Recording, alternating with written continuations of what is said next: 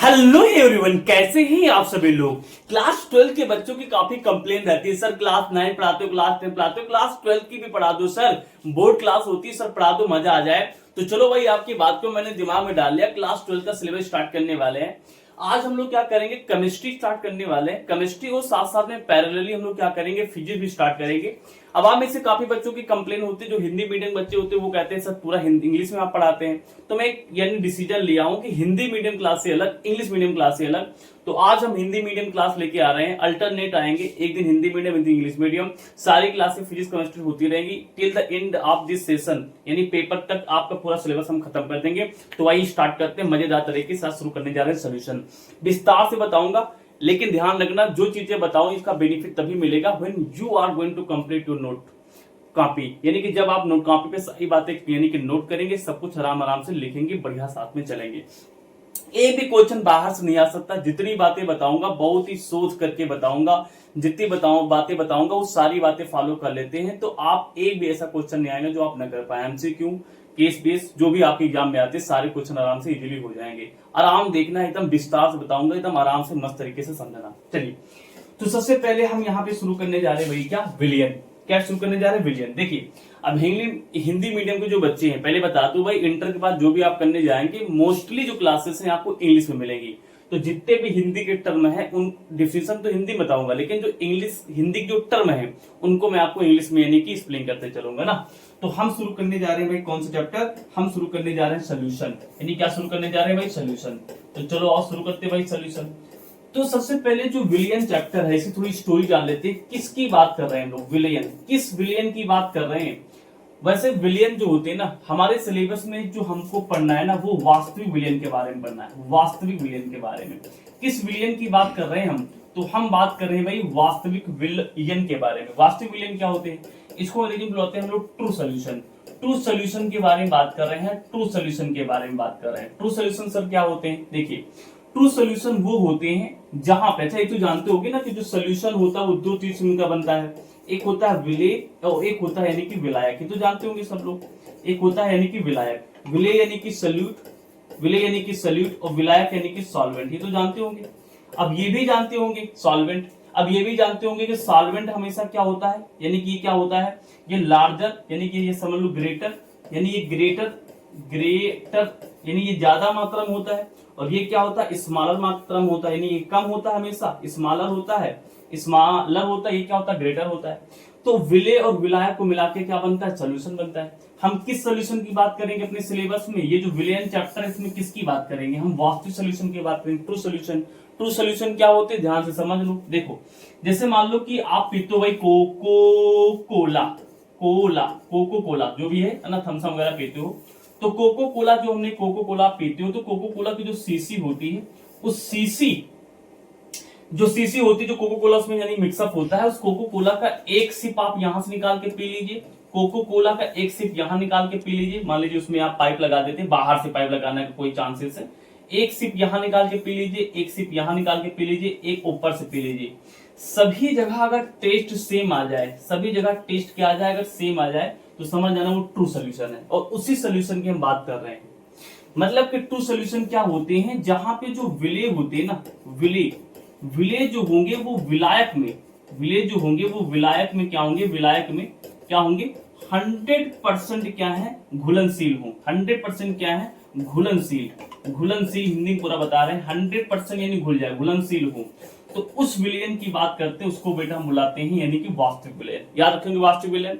जैसे मैंने कहा कि आपने शरबत बनाया, तो शरबत बनाने के बाद क्या होता है, चीनी जो होती है, चीनी वो पानी में पूरी तरह से डिजॉल्व हो जाती है। अब शरबत मान लिया आपने बना लिया, ये क्या बना लिया, शरबत। तो शरबत की खासियत है, अब शरबत चाहे तुम ऊपर से पाइप लगा के पी लो, या फिर नीचे पेंदी में यानी छेद करके पी लो, या बीच में फिर पी लो, सभी जगह टेस्ट सेम आएगा। तो समझ जाना टेस्ट सेम आ रहा, तो समझ जाना ये कौन सा सोल्यूशन है भाई, ये टेस्ट। तो ये समझ जाना कौन सोल्यूशन है, यानी कि ट्रू सोल्यूशन है। बात समझ आ गई, ये ट्रू सोल्यूशन है।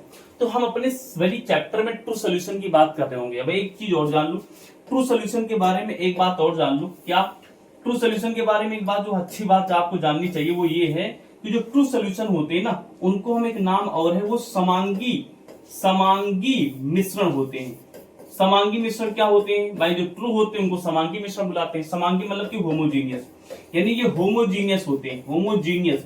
अब होमोजीनियस का मतलब क्या हुआ, होमोजीनियस यही मतलब हुआ जिसमें कोई एक विलेय विलायक में जाकर के जो सल्यूट होगा, यानी जो विलेय होगा वो विलायक में जाके कंप्लीटली क्या है, डिजॉल्व हो जाए, कंप्लीटली घुल जाए, तो उसको बुलाते हैं हम लोग समांगी मिश्रण। तो हम अपने सॉल्यूशन चैप्टर में याद रखना केवल वास्तविक विलयन की बात करने वाले हैं, जहां पे कोई एक यानी कि जो विलय होगा विलायक में 100% जाके मिल जाएगा, उसको आप माइक्रोस्कोप से भी देखना बड़ा मुश्किल हो जाएगा, अपनी नंगी आंखों से आप भी नहीं देख पाएंगे, जो पार्टिकल जाके उसमें घुलेंगे। ठीक है, तो इस सोल्यूशन के बारे में बात करेंगे हम अपने चैप्टर में। जितने भी रूल, जितने भी रॉल्ट लॉ, हेनरी लॉ, जो भी आगे सीखेंगे चैप्टर में, ध्यान रखना वो सारे के सारे रूल किस पे काम करेंगे, वो ट्रू सोल्यूशन पे काम करेंगे। लाला किस पर काम कर रहे होंगे, ट्रू सोल्यूशन पे काम कर रहे होंगे। यानी चैप्टर में जितनी आगे सारी बातें सीखेंगे सब ट्रू सोल्यूशन के बारे में, पूरा का पूरा चैप्टर शुरू करेंगे। अब इसमें एक चीज और जानो, ट्रू सोल्यूशन के बारे में एक चीज और अच्छी बात है, ट्रू सोल्यूशन के बारे में एक अच्छी बात और है। अच्छा, हमने क्या बताया कि इस चैप्टर में ट्रू सोल्यूशन के बारे में बात करेंगे। एक छोटी सी बात और है, देखिए जो ये विलयन है ना, इसमें हम लोग क्या करेंगे, एक बात तो समझो, केवल बाइनरी सोल्यूशन के बारे में बात करेंगे। बाइनरी सोल्यूशन क्या होते हैं इसके बारे में जान लेते हैं। इसको बेटा हम लोग बुलाते हैं द्विअंगी, क्या बुलाते हैं, द्विअंगी विलयन। इसमें हम लोग क्या करेंगे, द्विअंगी विलयन के बारे में पढ़ेंगे। द्विअंगी विलयन मतलब क्या है कि जब कोई भी विलयन बनेगा,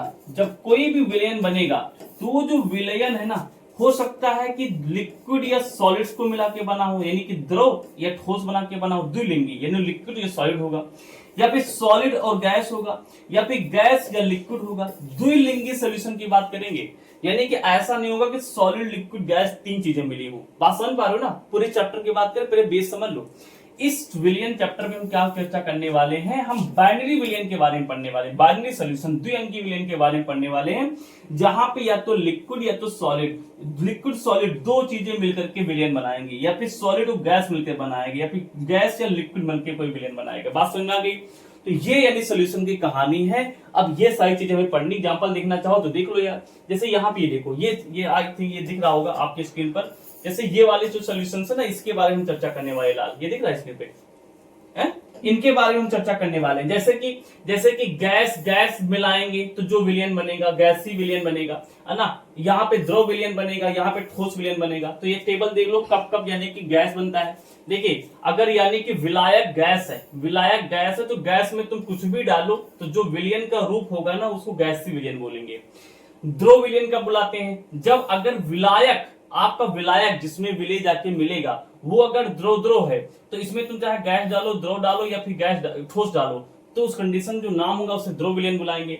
अब ठोस में तुम चाहे गैस डालो, चाहे द्रव्य डालो, चाहे यानी द्रव डालो, चाहे गैस ठोस डालो, तो ठोस में डालो, उसका नाम क्या है, ठोस विलयन है। तो अब देखो ध्यान से, सारे बाइनरी है। बाइनरी क्यों है, देखो एट अ टाइम यहाँ पे क्या है, एट अ टाइम या तो आप ठोस ले रहे हो तो द्रव ले रहे हो, या तो ठोस ले रहे हो या तो गैस ले रहे हो, या तो गैस ले रहे हो तो गैस ले रहे हो। एक टाइम पे यानी कि दो चीजें का मिश्रण है बेटा, तो इसीलिए इसको बुलाते हैं हम लोग क्या, बाइनरी सोल्यूशन बुलाते हैं। क्या ठीक है, बाइनरी सोल्यूशन बुलाते हैं, ठीक है ना। तो ये टेबल आप देख लेना, इसके कुछ एग्जांपल अगर हम लिखें, एग्जांपल भी देख लेना। एग्जांपल क्या है, एग्जांपल कुछ ये है, जैसे गैस को मिलाएंगे तो यानी कि जैसे गैस की एग्जांपल क्या है, जैसे ऑक्सीजन व नाइट्रोजन गैस का मिश्रण, वो गैस का हो जाएगा ना। आगे एग्जांपल मिले, आप इसको देख के पढ़ सकते हैं, जो पढ़ने वाला काम आप करें। जैसे ठोस द्रव में कब मिलेगा, जैसे जल में घुला हुआ ग्लूकोज, ये क्या है, ठोस चली जब क्या है, द्रव मिल जाता है। तो इस तरीके से आप आराम से नहीं कर सकते, इसमें कोई दिक्कत नहीं। ठीक है भाई, समझ में आ गया, बहुत बढ़िया। अब बेटा ये जो सोल्यूशन चैप्टर है ना, ये जो हमारे पास सोल्यूशन चैप्टर है भाई, इसमें क्या क्या करने वाले हैं, इसमें क्या क्या पढ़ने वाले हैं, इसका सिलेबस बताओ सर जी। सिलेबस, सोल्यूशन चैप्टर में क्या क्या सिलेबस है भाई, तो आप फट से बताते हैं। यानी जो विलयन चैप्टर में पढ़ना क्या क्या, एक बार जान जाए तो मजा आएगा। देखो इसमें टॉपिक क्या क्या पढ़ने, तो सबसे पहले हमें पढ़ना है सांद्रता के बारे में। सांद्रता को डिफाइन करने के लिए सांद्रता पद के बारे में पढ़ना है, यानी कॉन्सेंट्रेशन टर्म के बारे में आपको मैं बताऊंगा। कॉन्सेंट्रेशन टर्म क्या होते हैं, ये मैं क्या बता रहा हूं आपको, ये मैं आपको बता रहा हूं सिलेबस के बारे में। किसके बारे में बता रहा हूं, सिलेबस के बारे में बता रहा हूं। फिर क्या पढ़ना है, इसमें पढ़ना है हमें वाष्प दाब के बारे में पढ़ना है। क्या पढ़ना है भाई, वाष्प दाब के बारे में पढ़ना है। वाष्प दाब यानी वेपर प्रेशर के बारे में पढ़ना है ना। वेपर प्रेशर, बेटा अंग्रेजी थोड़ा बहुत जानो भाई, वेपर प्रेशर के बारे में पढ़ना है। जहां पे दो नियम मिलेंगे हमें, एक नियम मिलेगा हेनरी का और एक नियम मिलेगा हमें किसका, यानी कि राउल्ट का। ये दो नियम सीखेंगे हम लोग, ठीक है भाई। फिर हमें क्या मिलेगा, एक बहुत ही इंपॉर्टेंट टॉपिक मिलेगा, अणु संख्य, अणु है ना संख्य, अणुसंख्य मिलेगा। अणुसंख्य इसकी भाई क्या बताऊंगा, इसको बुलाते हैं कोलिगेटिव प्रॉपर्टी, अणुसंख्य कोलिगेटिव प्रॉपर्टी, कोली अणुसंख्य यानी कि गुणधर्म, इसको आगे लिख सकते हो गुणधर्म। ये क्या होता है हम आगे बताएंगे आपको, अणुसंख्य गुणधर्म यानी इसको बुलाते हैं कोलिगेटिव प्रॉपर्टी। अब कोलिगेटिव प्रॉपर्टी क्या होती है, प्रॉपर्टीज। अब इसमें चार हमें पढ़नी है, ऐसे याद कर लो, चार हमें इसमें पढ़नी है। एक पढ़ना है LV relative lowering vapour pressure, ये क्या होती है विस्तार बताएंगे, भी लिख लो आप। फिर हम आपको बताएंगे डिप्रेशन इन यानी कि डिप्रेशन इन फ्रीजिंग पॉइंट, ऐसे लिख लो। फिर हम आपको बताएंगे एलिवेशन, एलिवेशन इन यानी कि बॉइलिंग पॉइंट बताएंगे। फिर लास्ट में बताएंगे ऑस्मोसिस क्या होता है, ऑस्मोसिस, ऑस यानी कि मोसिस, ऑस्मोसिस क्या होता है इसके बारे में बताएंगे, यानी परासरण क्या होता है इसके बारे में बताएंगे, है ना। इसको आप इंग्लिश में लिख लो, हिंदी में जब एक्सप्लेन करेंगे टॉपिक बाय टॉपिक तो आपको हम बताएंगे।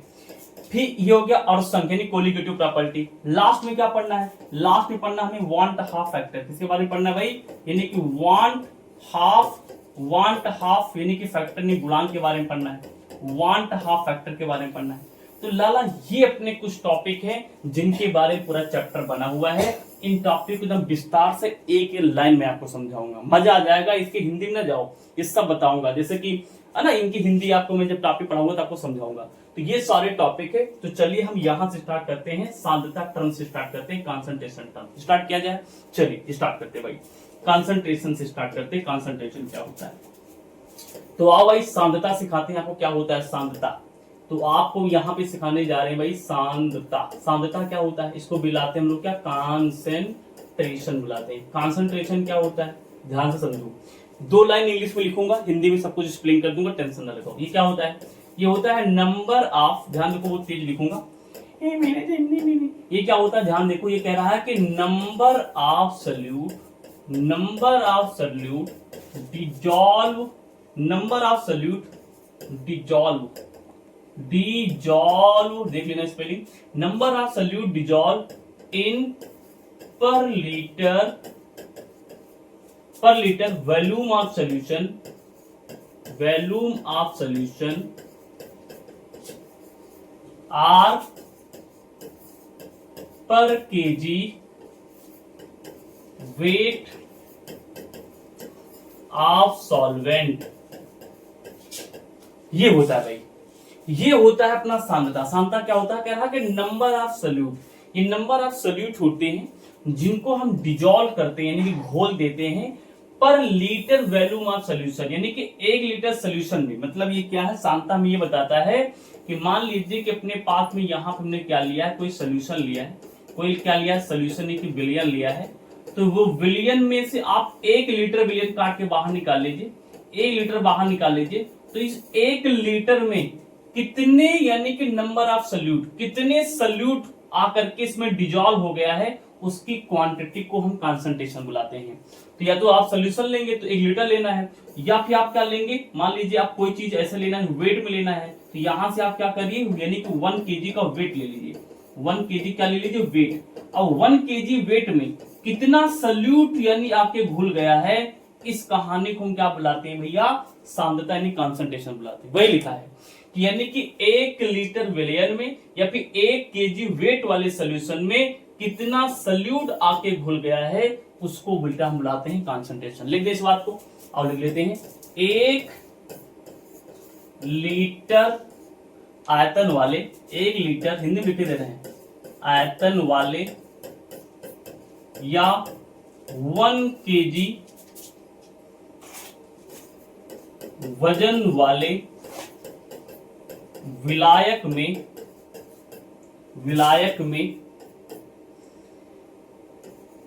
घुलने वाले विलेय की संख्या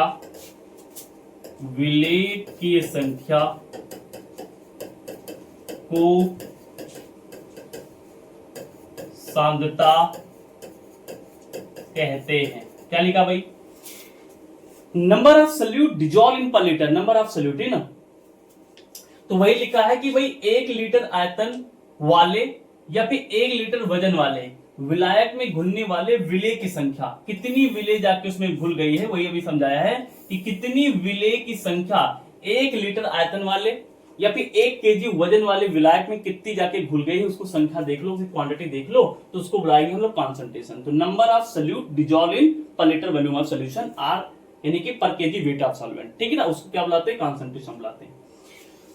अब मजे वाली बात पता क्या है, ये जो कॉन्सेंट्रेशन है ना, यानी जो सांद्रता है, यानी कि कॉन्सेंट्रेशन, अब इस कॉन्सेंट्रेशन यानी जो सांद्रता है, अब ये काम करने के अपने पास कई तरीके हैं, कई तरीके अपने पास है ये काम करने के।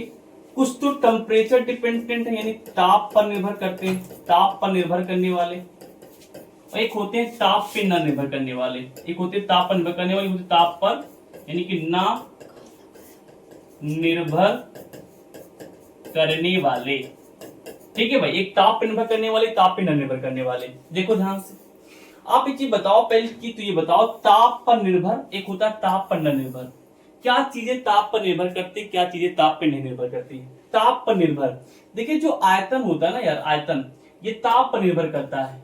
आयतन जो होता है ना, ये ताप पर निर्भर करता है भाई। किसी का जो आयतन है वो ताप पर निर्भर करेगी। जैसे मान लो यहाँ गैस रखी है इतने भरे में, इसको गर्म करोगे तो गैस के जो अण है भागते हैं, तो इसका आयतन इतना हो जाएगा।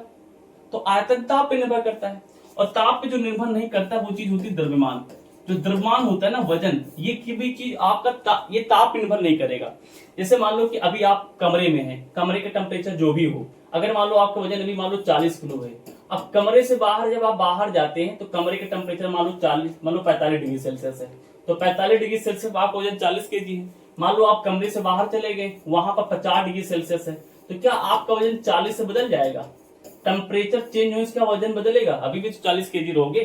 तो द्रव्यमान जो है आपका जो वजन है वो ताप पर निर्भर नहीं करता। अब सुनो, ताप पर निर्भर करने वाले, ताप पर न निर्भर करने वाले।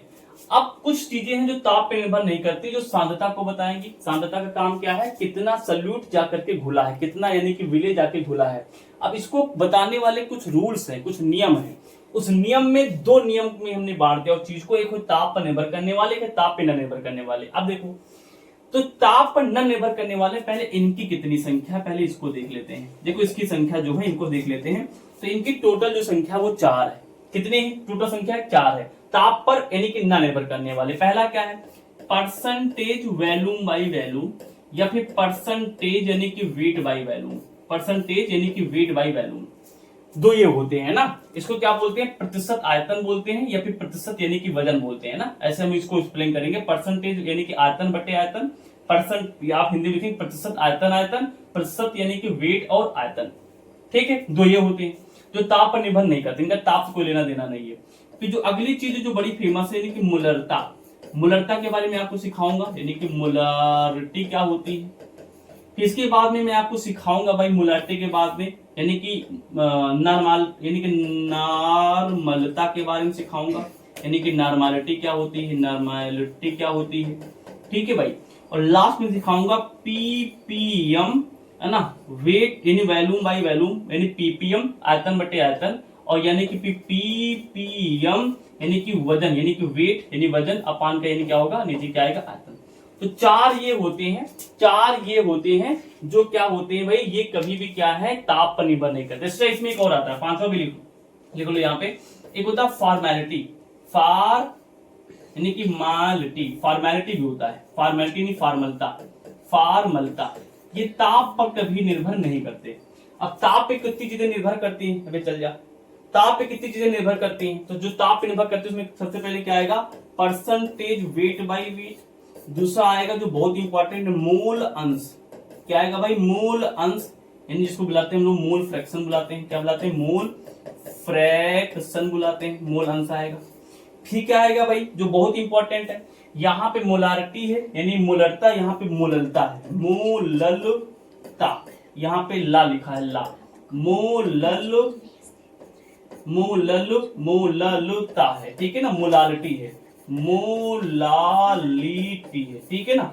फिर लास्ट में क्या आएगा, यहाँ आएगा पीपीएम पार्ट्स पर मिलियन, और यहाँ पे क्या आएगा, वेट अपान वेट। तो ये 4 यहाँ पे आ गई, 5 यहाँ पे आ गई। अब देखो एक काम तो आपका यही हो गया, एक काम यहाँ पे क्या हो गया, जैसे बोर्ड एग्जाम में आप में आ जाए क्वेश्चन कि भैया नॉर्मलता, एक नंबर सवाल तो यही चले जाएंगे, भी इनको एक्सप्लेन करेंगे। आ जाए कि जो नॉर्मलता है, जो नॉर्मलता है, ये ता लिखा है ना नॉर्मलता, ठीक है ना, हिंदी थोड़ा सही कर लेना, नॉर्मलता। क्वेश्चन आ जाए कि जो नॉर्मलता होता है, नॉर्मलिटी होता है, क्या ये ताप पर निर्भर करता है? ताप पर निर्भर नहीं करता डाला। जैसे आ जाए भाई जो मोललता है यानी मोलालिटी है, वो ताप पर निर्भर करता है, वो ताप पर निर्भर करता है। तो एक चीज तो आपका यही डिस्कस यानी कि डिस्कस हो जाएगी, ठीक है भाई। तो ये चीजें ताप पे डिपेंड करती है, चीजें ताप पे नहीं डिपेंड करती है, जाके जाके बहुत काम करेगा। अच्छा, एक क्वेश्चन बहुत इंपॉर्टेंट आता है, जैसे मान लो कि इन वाली चीजों को इसमें चेंज करना हो या फिर इन वाली चीजों को इसमें चेंज करना हो, तो हमें एक चीज यूज करनी पड़ती है, इसका नाम है घनत्व। भाई सही तो है, घनत्व का फॉर्मूला क्या होता है भाई? तो घनत्व का फॉर्मूला होता है द्रव्यमान अपान में क्या आता है भाई? आयतन। क्या आता है भाई? आयतन। तो घनत्व बराबर होता है द्रव्यमान बटे आयतन। तो यहाँ पे ये आयतन है, ये क्या है भाई? ये अपने पास क्या है? द्रव्यमान है। तो जैसे मान लो कि हमें ये वाली चीज इधर कन्वर्ट करनी है या फिर ये वाली चीज इधर कन्वर्ट करनी है, तो हम क्या करेंगे? वहां पे घनत्व का सहारा लेते हैं। क्वेश्चन आ जाए, जैसे मान लो कि आ जाए कि मोल अंश को हमें मोलरता में चेंज करना है, तो हमें क्या यूज करना पड़ेगा? क्या चीज यूज करना पड़ेगा? वहां पे घनत्व यूज करना पड़ेगा। तो एक क्वेश्चन तो आपका यहीं पे सॉर्ट आउट हो जाएगा। तो यहाँ पे ज्यादा वीडियो लंबी नहीं बनाएंगे, 25 से 30 मिनट की लेंथ रखेंगे। तो यहाँ पे हमने चैप्टर का इंट्रोडक्शन दिया, चैप्टर का सिलेबस बताया, उसके बाद में कंसंट्रेशन के बारे में बताया। अब अगले वीडियो हम क्या करेंगे? इनको एक्सप्लेन करेंगे ये क्या होते हैं, फिर उसके बाद रॉड लॉ, हेनरी लॉ, फिर colligative property, step by step एक एक चीजें मैं आपको कराऊंगा। तो इस वीडियो में बस इतना ही। अगली वीडियो में, अच्छा इस पहली वीडियो है तो बताना इस वीडियो की कहानी क्या लगी, मजा आया कि नहीं आया। अगली वीडियो में और अच्छी बातें बताऊंगा। Thank you.